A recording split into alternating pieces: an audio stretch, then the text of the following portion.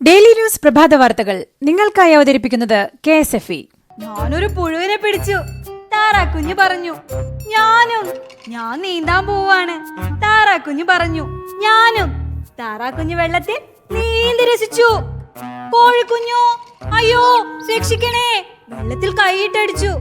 താറാക്കുഞ്ഞ് കോഴിക്കുഞ്ഞിനെ കൈ പിടിച്ച് കയറ്റി. എങ്ങനെയുണ്ട് കഥ? ഇതുപോലെ KSFE കൂടെയുണ്ടെങ്കിൽ നിത്യജീവിതത്തിലെ ആകസ്മികതകളിൽ നിന്നും നിഷ്പ്രയാസം നീന്തി കയറാം. നമസ്കാരം, ഞാൻ പ്രവീജ വിനീത്. ഡെയിലി ന്യൂസിന്റെ പ്രഭാത വാർത്തകളിലേക്ക് സ്വാഗതം. ഇന്ന് ജനുവരി 1 വെള്ളിയാഴ്ച. ലോകത്തെ സ്തംഭിപ്പിച്ച കോവിഡ്-19 ആശങ്കകൾക്കിടയിൽ ഇന്ന് പുതുവർഷം. ഏവർക്കും ഡെയിലി ന്യൂസിന്റെ പുതുവത്സരാശംസകൾ. പുതുവർഷത്തെ സ്വാഗതം ചെയ്ത് ലോകം. പസഫിക് സമുദ്രത്തിലെ സമാവോ കിരിബാത്തി ദ്വീപുകളിലാണ് 2021 ആദ്യമെത്തിയത്. തൊട്ടുപിന്നാലെ ന്യൂസിലാൻഡിലും ന്യൂസിലാൻഡിനു ശേഷം ഓസ്ട്രേലിയയിലുമാണ് പുതുവർഷമെത്തിയത്. പിന്നീട് ജപ്പാൻ, ചൈന, ഇന്ത്യ എന്നിങ്ങനെയാണ് പുതുവർഷത്തെ വരവേറ്റത്. കർഷക സമരം 37ാം ദിവസത്തിലേക്ക്. രാജസ്ഥാൻ ഹരിയാന അതിർത്തിയിൽ കർഷക പ്രതിഷേധം സംഘർഷാവസ്ഥയിൽ. ബാരിക്കേഡ് മറികടന്ന് ദില്ലിക്ക് പോവാൻ കർഷകർ ശ്രമിച്ചതോടെ പോലീസ് കണ്ണീർവാതകം പ്രയോഗിച്ചു. ഡിസംബർ 13 മുതൽ ജയ്പൂർ ദില്ലി ഹൈവേയിൽ ആയിരക്കണക്കിന് കർഷകരാണ് പ്രതിഷേധിക്കുന്നത്. കാർഷിക നിയമങ്ങൾ പിൻവലിക്കണമെന്ന കർഷക സംഘടനകളുടെ ആവശ്യത്തിൽ അടുത്ത ചർച്ചയ്ക്ക് മുമ്പ് പ്രധാനമന്ത്രി തീരുമാനമെടുക്കുമെന്നാണ് വിവരം. രാജ്യത്ത് കോവിഡ് വാക്സിന്റെ ഉപയോഗത്തിന് ഉടൻ അനുമതി നൽകിയേക്കുമെന്ന് സൂചന നൽകി drugs controller general doctor Viji Somani. ലോകത്തെ ഏറ്റവും വലിയ കോവിഡ് പ്രതിരോധ കുത്തിവയ്പ് പദ്ധതിക്ക് രാജ്യം തയ്യാറെടുക്കുകയാണെന്ന് പ്രധാനമന്ത്രി നരേന്ദ്രമോദിയും നേരത്തെ പറഞ്ഞിരുന്നു. അതിനിടെ നാളെ മുതൽ എല്ലാ സംസ്ഥാനങ്ങളിലും കോവിഡ് വാക്സിൻ ഡ്രൈ റൺ നടക്കുമെന്ന് കേന്ദ്ര ആരോഗ്യ മന്ത്രാലയ വക്താക്കൾ വ്യക്തമാക്കി. കാർഷിക നിയമങ്ങൾക്കെതിരെ നിയമസഭ പാസാക്കിയ പ്രമേയത്തെ താൻ അനുകൂലിച്ചുവെന്ന റിപ്പോർട്ടുകൾ തള്ളി O Rajagopal MLA. BJP MLA കേന്ദ്ര സർക്കാരിനെതിരായ നിലപാട് സ്വീകരിച്ചുവെന്ന വാർത്ത വിവാദമായതോടെയാണ് അദ്ദേഹം നിലപാട് മാറ്റിയത്. പോലീസ് തലപ്പത്ത് വിപുലമായ അഴിച്ചുപണി. സുദേശ് കുമാറിനെ DGP റാങ്ക് നൽകി വിജിലൻസ് ഡയറക്ടറായി നിയമിച്ചു. വിരമിച്ച R ശ്രീലേഖയുടെ സ്ഥാനത്തേക്ക് B സന്ധ്യ ഫയർഫോഴ്സ് മേധാവിയാകും. IG S ശ്രീജിത്തിനെ DGP റാങ്ക് നൽകി ക്രൈംബ്രാഞ്ച് മേധാവിയായി നിയമിച്ചു. വിജയ് സാഖറയെ ക്രമസമാധാന ചുമതലയുള്ള DGPയായും നിയമിച്ചു. CBSE 10-12 ക്ലാസുകളിലെ പരീക്ഷാ തീയതി പ്രഖ്യാപിച്ചു. മെയ് 4 മുതൽ പരീക്ഷകൾ ആരംഭിക്കുമെന്ന് കേന്ദ്ര വിദ്യാഭ്യാസ മന്ത്രി രമേശ് പൊക്രിയാൽ അറിയിച്ചു. ജൂൺ 10 പരീക്ഷകൾ അവസാനിക്കും. മാർച്ച് 1 CBSEയുടെ പ്രാക്ടിക്കൽ പരീക്ഷകൾ ആരംഭിക്കും. ജൂലൈ 15 ഫലപ്രഖ്യാപനം. കോവിഡ്-19 പശ്ചാത്തലത്തിൽ സാമൂഹിക അകലം ഉറപ്പാക്കിക്കൊണ്ടായിരിക്കും പരീക്ഷകൾ നടത്തുക. സംസ്ഥാനത്തെ SSLC +2 പരീക്ഷകൾക്ക് കൂടുതൽ ശ്രദ്ധ നൽകേണ്ട പാഠഭാഗങ്ങൾ പ്രസിദ്ധീകരിച്ചു. SCERTയുടെ വെബ്സൈറ്റിലാണ് പാഠഭാഗങ്ങൾ പ്രസിദ്ധീകരിച്ചത്. കുട്ടികളുടെ അഭിരുചിക്കനുസരിച്ച് ചോദ്യങ്ങൾ തിരഞ്ഞെടുക്കാനും ഉത്തരമെഴുതാനും അവസരമൊരുക്കുന്ന വിധം SSLC +2 പരീക്ഷകൾക്ക് ഇത്തവണ തിരഞ്ഞെടുക്കാൻ അധിക ചോദ്യങ്ങൾ അനുവദിക്കുമെന്ന് നേരത്തെ വ്യക്തമാക്കിയിരുന്നു. പുതുവർഷത്തിൽ പുത്തൻ പരിഷ്കാരങ്ങൾ വരുത്തി കേരള മോട്ടോർ വാഹന വകുപ്പ്. ഡ്രൈവിംഗ് ടെസ്റ്റ് ഒഴികെയുള്ള എല്ലാ സേവനങ്ങളും ഓൺലൈനിൽ ഒരുക്കുന്നതാണ് മോട്ടോർ വാഹന വകുപ്പ് നടപ്പാക്കുന്ന സുപ്രധാന പരിഷ്കാരം. ഇന്നു മുതൽ ഇത് നിലവിൽ വരുമെന്നാണ് വകുപ്പ് അറിയിച്ചിട്ടുള്ളത്.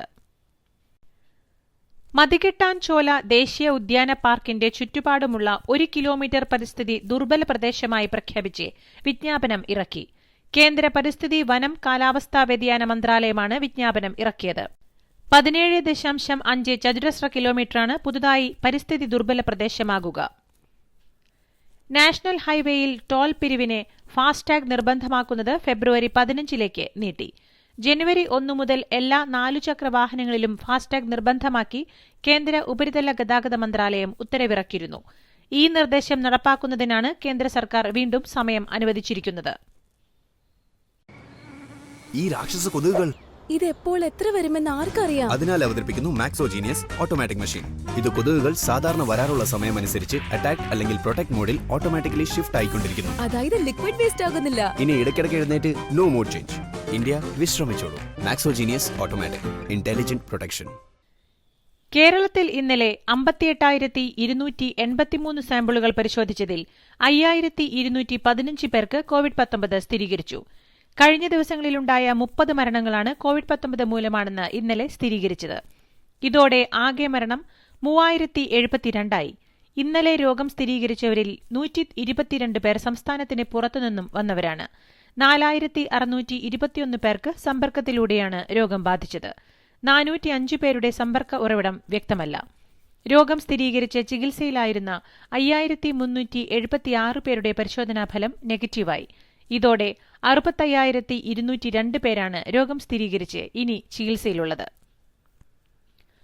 കോവിഡ് ബാധിച്ചവരുടെ ജില്ല തിരിച്ചുള്ള വിവരങ്ങൾ: എറണാകുളം 574, കോഴിക്കോട് 520, തൃശൂർ 515, പത്തനംതിട്ട 512, കോട്ടയം 481, ആലപ്പുഴ 425, തിരുവനന്തപുരം 420, കൊല്ലം 402, മലപ്പുറം 388, കണ്ണൂർ 302, പാലക്കാട് 225, ഇടുക്കി 190, വയനാട് 165, കാസർഗോഡ് 96. സംസ്ഥാനത്ത് ഇന്നലെ ഒരു പുതിയ ഹോട്ട്സ്പോട്ട്. 4 പ്രദേശങ്ങളെ ഹോട്ട്സ്പോട്ടിൽ നിന്നും ഒഴിവാക്കി. ഇതോടെ നിലവിലാകെ 458 ഹോട്ട്സ്പോട്ടുകൾ. നീണ്ട കാത്തിരിപ്പിനൊടുവിൽ കൊച്ചിയുടെ ഗതാഗതക്കുരുക്കിന് വലിയ ആശ്വാസമാകുമെന്ന് പ്രതീക്ഷിക്കുന്ന വൈറ്റില കുണ്ടന്നൂർ മേൽപ്പാലങ്ങളുടെ ഉദ്ഘാടനം ജനുവരി 9 നടക്കും. 2 മേൽപ്പാലങ്ങളുടെയും നിർമ്മാണം മാർച്ചിൽ പൂർത്തിയാക്കേണ്ടതായിരുന്നുവെങ്കിലും കോവിഡും കാലാവസ്ഥയും തിരിച്ചടിയാവുകയായിരുന്നു. മതവർഗീയവാദികൾ ക്യാമ്പസുകളിൽ പിടിമുറുക്കാൻ ശ്രമിക്കുമ്പോൾ എസ്എഫ്ഐയുടെ പ്രാധാന്യം വലുതാണെന്ന് മുഖ്യമന്ത്രി പിണറായി വിജയൻ. വിദ്യാർത്ഥി പ്രസ്ഥാനം എന്നാൽ രാഷ്ട്രീയത്തിലേക്ക് നേതാക്കളെ സംഭാവന ചെയ്യലല്ല, ദീർഘവീക്ഷണവും പൊതുബോധവുമുള്ളവരെ വാർത്തെടുക്കലുമാണെന്ന് വിദ്യാർത്ഥി പ്രസ്ഥാനത്തിന്റെ ലക്ഷ്യം. ഇത് എസ്എഫ്ഐ ചെയ്യുന്നുണ്ടെന്നും പിണറായി. രാഷ്ട്രീയത്തിലേക്കില്ലെന്ന രജനീകാന്തിന്റെ തീരുമാനം പിൻവലിക്കണമെന്നാവശ്യപ്പെട്ട് പ്രതിഷേധിച്ച ആരാധകരിൽ ഒരാൾ തീ കൊളുത്തി ആത്മഹത്യയ്ക്ക് ശ്രമിച്ചു. രജനീകാന്തിന്റെ വീടിന് മുന്നിലാണ് സംഭവം. ഗുരുതരമായി പൊള്ളലേറ്റ ഇയാളെ ആശുപത്രിയിലേക്ക് മാറ്റി. വ്യവസായികളുടെ കടം എഴുതിത്തള്ളിയും പാവപ്പെട്ടവർക്ക് പ്രതിസന്ധിക്കാലത്ത് സാമ്പത്തിക സഹായം നൽകാത്തതും ചൂണ്ടിക്കാട്ടി മോദി സർക്കാരിനെതിരെ വിമർശനമുന്നയിച്ച് രാഹുൽ ഗാന്ധി വീണ്ടും രംഗത്ത്. വ്യവസായികളുടെ 2.37 ലക്ഷം കോടി രൂപയുടെ കടമാണ് കേന്ദ്ര സർക്കാർ എഴുതിത്തള്ളിയതെന്ന് അദ്ദേഹം ആരോപിച്ചു. ഈ തുക ഉപയോഗിച്ച് 11 കോടി കുടുംബങ്ങൾക്ക് കോവിഡ് പ്രതിസന്ധി കാലത്ത് 20,000 രൂപ വീതം നൽകാൻ കഴിയുമായിരുന്നുവെന്ന് അദ്ദേഹം ട്വീറ്റ് ചെയ്തു. വോട്ടർമാരിൽ പലരും അവധി ആഘോഷിക്കാനായി പല സ്ഥലങ്ങളിലേക്ക് പോയതാണ് മുനിസിപ്പൽ തെരഞ്ഞെടുപ്പിൽ ബിജെപി പരാജയപ്പെട്ടതിനുള്ള ഒരു കാരണമെന്ന് ബിജെപി നേതാവ് സഞ്ജയ് ശർമ്മ. തെരഞ്ഞെടുപ്പിൽ 3-ൽ 1 കോർപ്പറേഷനിൽ മാത്രമാണ് ബിജെപി ജെജെപി സഖ്യത്തിന് ജയിക്കാനായത്. കർഷകർക്ക് താങ്ങുവില നിലനിർത്തുന്നതിൽ പരാജയപ്പെട്ടാൽ രാജിവെക്കുമെന്ന് പ്രഖ്യാപിച്ച് ഹരിയാന മുഖ്യമന്ത്രി മനോഹർ ലാൽ ഖട്ടർ. ഹരിയാന മുനിസിപ്പൽ തെരഞ്ഞെടുപ്പിൽ ബിജെപിക്ക് തിരിച്ചടിയുണ്ടായതിന് പിന്നാലെയാണ് മുഖ്യമന്ത്രിയുടെ പ്രഖ്യാപനം. ഹരിയാനയിൽ താങ്ങുവില തുടരാൻ തന്നെയാണ് തീരുമാനം. ആരെങ്കിലും താങ്ങുവില സമ്പ്രദായം അവസാനിപ്പിക്കാൻ ശ്രമിച്ചാൽ മനോഹർ ലാൽ ഖട്ടർ രാഷ്ട്രീയം ഉപേക്ഷിക്കുമെന്നും അദ്ദേഹം പറഞ്ഞു.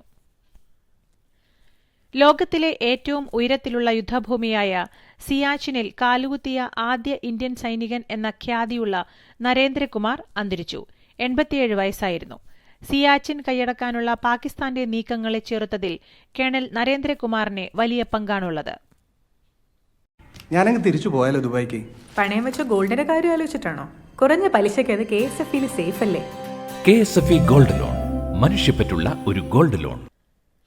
മതിയായ രേഖകളില്ലാതെ ഒമാനിൽ കുടുങ്ങിക്കിടക്കുന്ന പ്രവാസികൾക്ക് പിഴയോ ശിക്ഷയോ കൂടാതെ രാജ്യം വിട്ടുപോകാൻ പ്രഖ്യാപിച്ച എക്സിറ്റ് പദ്ധതി ഇന്ന് അവസാനിക്കും. നവംബറിൽ ഒമാൻ സർക്കാർ പ്രഖ്യാപിച്ച എക്സിറ്റ് സ്കീമിന്റെ ആനുകൂല്യം ഇതിനകം 45,000 പ്രവാസികൾ പ്രയോജനപ്പെടുത്തിയിട്ടുണ്ടെന്നാണ് വിവരം. ഇന്ത്യൻ മഹാസമുദ്രത്തിൽ ചൈന വൻതോതിൽ അണ്ടർ വാട്ടർ ഡ്രോണുകൾ വിന്യസിച്ചിട്ടുണ്ടെന്ന് പ്രതിരോധ വിദഗ്ധൻ HI സട്ടൻ. മാസങ്ങളോളം നിരീക്ഷണം നടത്തി നാവികരഹസ്യങ്ങൾ ചോർത്താൻ കഴിയുന്ന സീവിംഗ് ഗ്ലൈഡറുകൾ എന്നറിയപ്പെടുന്ന ഡ്രോണുകളാണ് വിന്യസിച്ചിട്ടുള്ളതെന്നും വെളിപ്പെടുത്തൽ. ജനിതകമാറ്റം വന്ന വൈറസ് ബാധിച്ച് രാജ്യത്ത് 7 പേർ കൂടി ചികിത്സയിൽ. ദില്ലി LNJP ആശുപത്രിയിലാണ് ഇവർ ചികിത്സയിൽ കഴിയുന്നത്. UK-യിൽ നിന്ന് കേരളത്തിലെത്തിയ 29 പേർക്കും കോവിഡ് സ്ഥിരീകരിച്ചു. അതിതീവ്ര വൈറസാണോ എന്നറിയാൻ ശ്രവം പൂനെ വൈറോളജി ഇൻസ്റ്റിറ്റ്യൂട്ടിലേക്ക് അയച്ചു. ഇന്ത്യയിൽ ഇന്നലെ 19,045 കോവിഡ് രോഗികൾ. മരണം 244. ഇതോടെ ആകെ മരണം 1,49,018. ഇതുവരെ 1,02,86,329 പേർക്ക് രോഗം സ്ഥിരീകരിച്ചു. 98.81 ലക്ഷം പേർ രോഗമുക്തി നേടി. രാജ്യത്ത് നിലവിൽ 2.52 ലക്ഷം കോവിഡ് രോഗികൾ. മഹാരാഷ്ട്രയിൽ ഇന്നലെ 3,509 കോവിഡ് രോഗികൾ. ഡൽഹിയിൽ 574 പേർക്കും പശ്ചിമബംഗാളിൽ 1,170 പേർക്കും കർണാടകയിൽ 952 പേർക്കും ആന്ധ്രയിൽ 338 പേർക്കും തമിഴ്നാട്ടിൽ 937 പേർക്കും രോഗം സ്ഥിരീകരിച്ചു. ആഗോളതലത്തിൽ റെക്കോർഡ് കോവിഡ് വ്യാപനം. ഇന്നലെ 6,90,172 കോവിഡ് രോഗികൾ.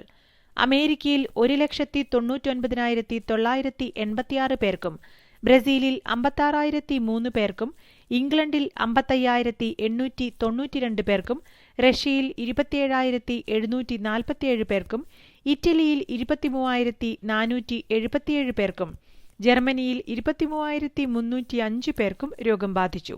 12,716 മരണമാണ് ഇന്നലെ റിപ്പോർട്ട് ചെയ്തത്.